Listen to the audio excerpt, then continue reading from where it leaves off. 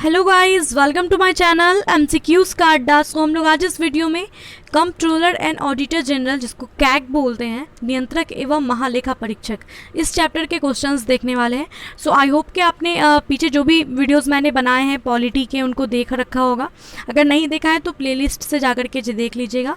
और Lucent objective book का जो भी मतलब हम लोग अभी चैप्टर पढ़ रहे हैं सब्जेक्ट वाइज, तो अगर आपने नहीं देखा है, चैनल पे पहली बार आए हैं, तो उन सबको आप लोग प्लेलिस्ट से जाकर देख सकते हैं। हिस्ट्री कंप्लीट हो चुका है, बायोलॉजी कंप्लीट हो चुका है, पॉलिटी अभी हम लोग देख रहे हैं, और फिज़िक्स, तो उन सब का प्लेलिस्ट बना हुआ है, आप लोग देख सकते हैं। तो स्टार्ट करते हैं इस चैप्टर के क्वेश्चंस को देखना।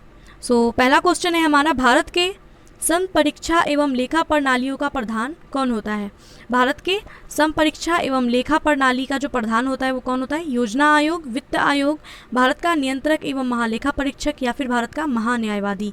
तो नियंत्रक एवं महालेखा परीक्षक को कैग भी बोलते हैं, तो ऐसे मैं वीडियो में कैग यूज़ करूँगी, ठीक है, क्योंकि ये ज़्यादा बड़ा हो जाता है ना वर्ड।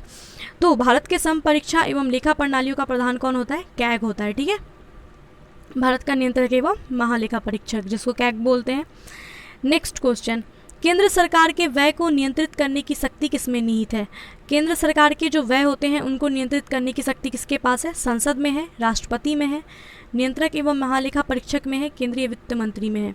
तो केंद्र सरकार के व्यय को नियंत्रण करने की जो शक्ति निहित है वो कैग में निहित है, ठीक है, ऑप्शन सी राइट हो जाएगा। आर्टिकल 148 के तहत जो है केंद्र सरकार के व्यय को नियंत्रित करने का शक्ति कैग के पास है। नेक्स्ट क्वेश्चन है, निम्नलिखित में से वह कौन सा अधिकारी है जो भारत सरकार के वित्तीय लेन देनों में लेखाकरण के लिए जिम्मेदार है? तो कैग होगा, ठीक है, भारत सरकार के वित्तीय लेन देन का में लेखाकरण का जिम्मेदार कौन होता है? कैग होता है, कैग के पास ये शक्ति निहित होती है। नेक्स्ट क्वेश्चन है, कैग किसके लिए मुख्य लेखाकार तथा लेखा परीक्षक के रूप में काम करता है? संघ सरकार के लिए, राज्य सरकार के लिए, संघ तथा राज्य सरकार के लिए, ना संघ सरकार और ना ही राज्य सरकार के लिए। तो कैग जो है वो मुख्य लेखाकार तथा लेखा परीक्षक के रूप में संघ तथा राज्य सरकार दोनों के लिए काम करता है, ठीक है, तो ऑप्शन सी राइट हो जाएगा। नेक्स्ट है, लेखा परीक्षक का मुख्य उद्देश्य किसके व्यय पर नियंत्रित करना है? कार्यपालिका के, व्यवस्थापिका के, न्यायपालिका के, या फिर उपर्युक्त सभी के? लेखा परीक्षक का मुख्य उद्देश्य जो होता है वो कार्यपालिका के व्यय पर नियंत्रण करना होता है। नेक्स्ट क्वेश्चन है, भारत के केंद्रीय स्तर पर लेखांकन तथा लेखा परीक्षण किसके अधिकार क्षेत्र में आता है? केंद्रीय स्तर पर लेखांकन तथा लेखा परीक्षण ये किसके अधिकार में आता है? कैग के अधिकार में आता है। नेक्स्ट है, भारत के नियंत्रक एवं महालेखा परीक्षक की नियुक्ति कौन करते हैं? तो कैग जो होते हैं उनकी नियुक्ति किसके द्वारा की जाती है? राष्ट्रपति के द्वारा की जाती है, और ये 6 सालों के लिए की जाती है। नेक्स्ट क्वेश्चन, निम्नलिखित में से किसके द्वारा भारत के नियंत्रक एवं महालेखा परीक्षक के पद का सृजन किया जाता है? तो कैग जो है इनके पद का सृजन किसके द्वारा किया जाता है? संसदीय अधिनियम के द्वारा, संविधान के द्वारा, या मंत्रिमंडल के संकल्प के द्वारा, या फिर इनमें से कोई भी नहीं। तो कैग के पद का जो सृजन किया गया था वो संविधान के द्वारा किया गया था, ऑप्शन बी राइट हो जाएगा, संविधान के द्वारा किया गया था ये। नेक्स्ट है, कंट्रोलर एंड ऑडिटर जनरल सेवानिवृत्ति होते हैं। कैग जो होता है इसका सेवानिवृत्त कब होता है?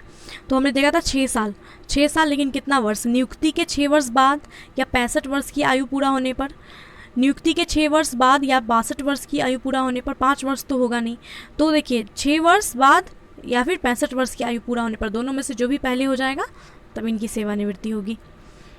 नेक्स्ट क्वेश्चन है, कैग की नियुक्ति संविधान के किस अनुच्छेद के तहत की जाती है? कैग की जो नियुक्ति है वो आर्टिकल 148 के तहत की जाती है। नेक्स्ट है, कैग को पद से केवल किसके द्वारा हटाया जा सकता है? कैग जो होते हैं उन्हें उनके पद से कौन हटा सकते हैं? संघ के मंत्रिमंडल के परामर्श से राष्ट्रपति, उच्चतम न्यायालय के मुख्य न्यायमूर्ति, भारत के संसद के दोनों सदनों में संबोधन के उपरांत राष्ट्रपति के द्वारा, या फिर भारत के मुख्य न्यायमूर्ति के परामर्श से राष्ट्रपति। तो कैग को उनके पद से हटाना जो जाता है वो संसद के दोनों सदनों में संबोधन के उपरांत राष्ट्रपति के द्वारा हटाया जाता है, ऑप्शन सी राइट हो जाएगा। नेक्स्ट है, कैग को पदमुक्त किया जा सकता है उसी प्रकार जिस प्रकार राष्ट्रपति को हटाया जा सकता है, उसी प्रकार जिस प्रकार उच्चतम न्यायालय के न्यायाधीश को हटाया जाता है, सर्वोच्च न्यायालय के प्रतिवेदन पर राष्ट्रपति के द्वारा या फिर इनमें से कोई भी नहीं। तो कैग को जो पदमुक्त करा जाता है वो जिस प्रकार उच्चतम न्यायालय के न्यायाधीश को हटाया जाता है उसी प्रकार से संसद के दोनों सदनों में संबोधन के उपरांत राष्ट्रपति हटाते हैं उच्चतम न्यायालय के न्यायाधीश को भी, और फिर वैसा ही सेम कैग का भी है। नेक्स्ट क्वेश्चन, किन आधारों पर दोष सिद्धि करने के बाद संसद के दोनों सदनों में 2/3 बहुमत से प्रस्ताव पारित करके कैग को पद से हटाया जा सकता है? तो कदाचार या अक्षमता, उपर्युक्त दोनों ही स्थिति में संसद के जो दोनों सदन में 2/3 बहुमत से प्रस्ताव पारित करके राष्ट्रपति इनको हटा सकते हैं।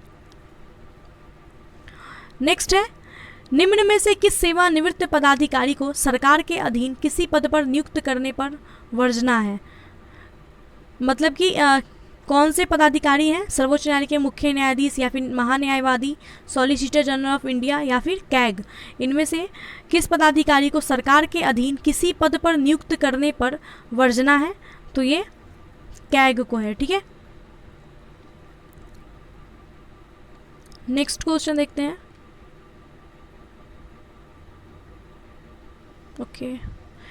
ओके, नेक्स्ट है, किस सेवानिवृत्त नियंत्रक एवं महालेखा परीक्षक को वित्त आयोग का अध्यक्ष बनाया गया? तो A.K. चंदा जो है ये सेवानिवृत्त होने के बाद वित्त आयोग के अध्यक्ष बनाए गए थे।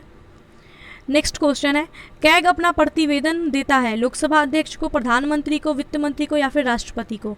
तो कैग जो है वो अपना प्रतिवेदन किसको देंगे? राष्ट्रपति को देंगे। नेक्स्ट है, कैग के द्वारा प्रस्तुत प्रतिवेदन के आधार पर कौन समिति काम करती है? लोक लेखा समिति, प्राक्कलन समिति, सरकारी उपक्रम समिति या फिर विशेषाधिकार समिति? तो कैग के द्वारा जो प्रतिवेदन प्रस्तुत किया जाता है इसके आधार पर लोक लेखा समिति काम करती है।